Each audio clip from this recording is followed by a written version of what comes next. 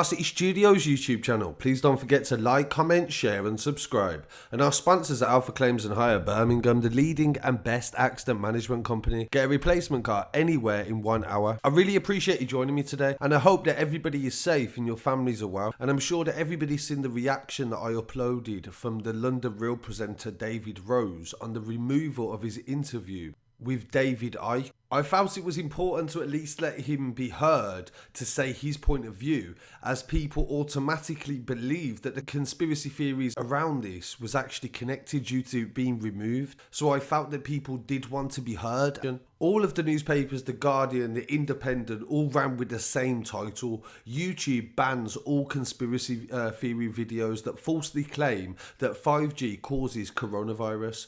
YouTube's decision follows a live streamed interview with conspiracy theorist David Icke, in which he falsely claimed that he has a link between 5G and the health crisis.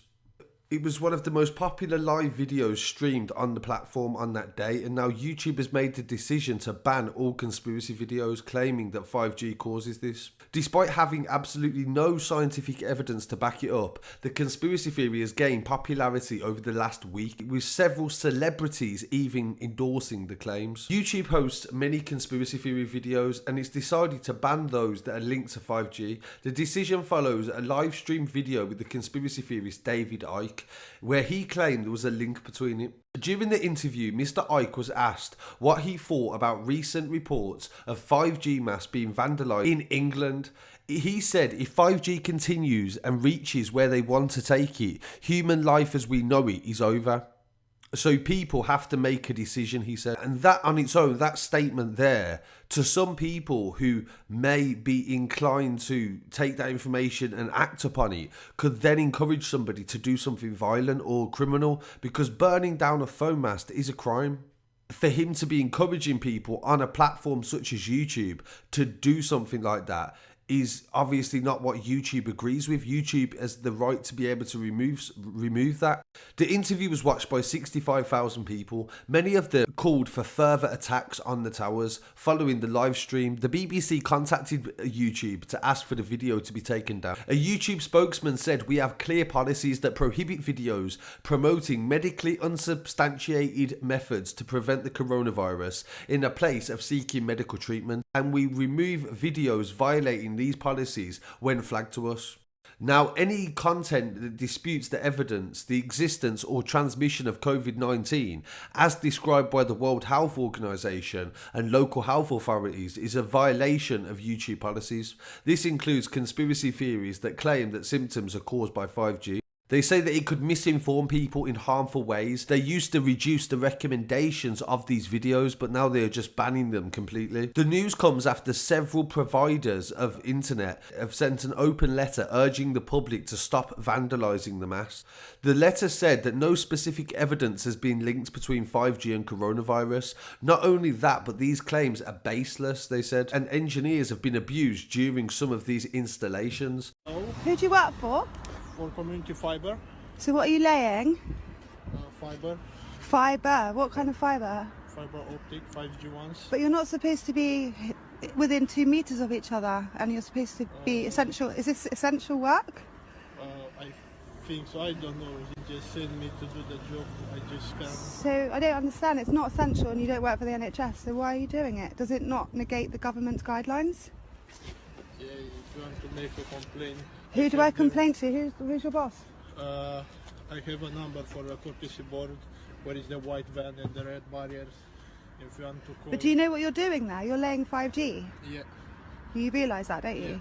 Yeah? Yeah. So you know that kills people. You know when they turn this on, it's going to kill everyone, and that's why they're building the hospitals. Yeah, but How do you feel? Do you have children? No, I'm young. Do you have parents? Just my mum. Well, how do Dude, it's a simple answer. You're working on something. I want to know. I'm answering. What is it? Hello? Do you know what you're putting up here? What is this? I have to check my bloody EMF reader to see what it's getting. Right next to a kid's playground. Let's see what it reads. Holy shit! Dude, this is off the scale, man. You're trying to give people cancer. This is off the scale. Right next to a kid's, where this is where kids are. And on the 10th of April 2020, so this is yesterday, the second phone mast in Birmingham has been burnt down. They assumed that they believed it was a 5G mast, but it's turned out now that it's actually a 4G mast. The firefighters were called to Coleshill Heath Road near Bluebell Park in Chelmsley Wood just before 12:30 on the morning of Saturday, April the 10th. They came to reports that a Vodafone mast was set on fire and was leaning heavily to one side. Due to the electrics inside, the Sheldon fire crew had to wait and watch the 80-foot mast burn for around 40 minutes before using a jet to extinguish it. The fire was treated as a suspected arson attack. This comes after vandals torched an EE foam mast in Spring Road, Tyseley on April the 2nd, and since then 4 more foam masts across the country have actually been burnt down following fake radiation claims that there was made to spread coronavirus. However, in this case, firefighters revealed that it was a 4G mast. The Sheldon fire station tweeted, "Mobile phone mast was set alight in Chelmsley Wood. Do people really believe that 5G is causing COVID?" A spokesman for the fire service said, "We received a call at 28 minutes past on April the 10th to Coleshill. We mobilised a Sheldon unit. The owner of the site where the mast was said it was well alight and was literally let the fire burn itself out." These masts. So as it's so difficult to have the conversation about 5G, I'm definitely going to talk about it more on my podcast as well. I want to get people on there. I want people to come and debate, call in and have their say and let people hear what their opinions are. But I also will be providing other sort of counter arguments for that, because I don't want this to just be one-sided, and that's what it seems to be right now. I'm seeing people committing crimes and potentially where the government may take further action. This story has got so much attention now. It has actually got international attention. The New York Times actually covered this story. Their headline read, "Burning cell towers out of fear that they spread the virus." The article, which was done on April the 10th, so this was actually the day the fire happened in Birmingham. They said that on April the 10th, a wireless tower was set ablaze in Birmingham. The next day, a fire reported at 10 p.m. of a telecommunications box in Liverpool. An hour later, an emergency call came to a cell tower in Liverpool that was going up in flames. And I've received the footage from that actual incident as well, where the people are going there, and basically this 5G mast is disguised as a tree. Removing videos from the internet about 5G isn't going to encourage people further. Disguising a phone mast as a tree so it's actually lying to people is then going to further incite people's anger. And this is what I'm worried about now, because they're just trying to hide them, and that's just going to make people more angry. They said roughly 80 incidents occurred in the country. Telecom technicians have been harassed on the job. The attacks were fueled by the same cause. Government officials said an internet conspiracy that links the spread of coronavirus to wireless technology, 5G, under the false idea which has gained momentum in Facebook groups, WhatsApp messages, YouTube videos, under the theory that radio waves sent by 5G are causing small changes to people's bodies that make them succumb to the virus that is known as COVID-19. The incident starkly demonstrated how coronavirus theories have taken a dark turn by spilling into the real world this week. The pandemic has taken a pre-existing idea that was already online. People have always not liked radio waves, radiation and all the sort of new technologies that have always been developed. This is nothing new, but linking it to something that happened in China is definitely what has escalated it. People didn't really believe me. It's a 5G mast. I'm going to drive past and that. I want to tell them to drive past. But half 1 in the morning, 24 hours after the lockdown last week, turns up, put them big fucking discs on the top, pointed towards the south end, it looks like. There's town there. But yeah, there it is anyway.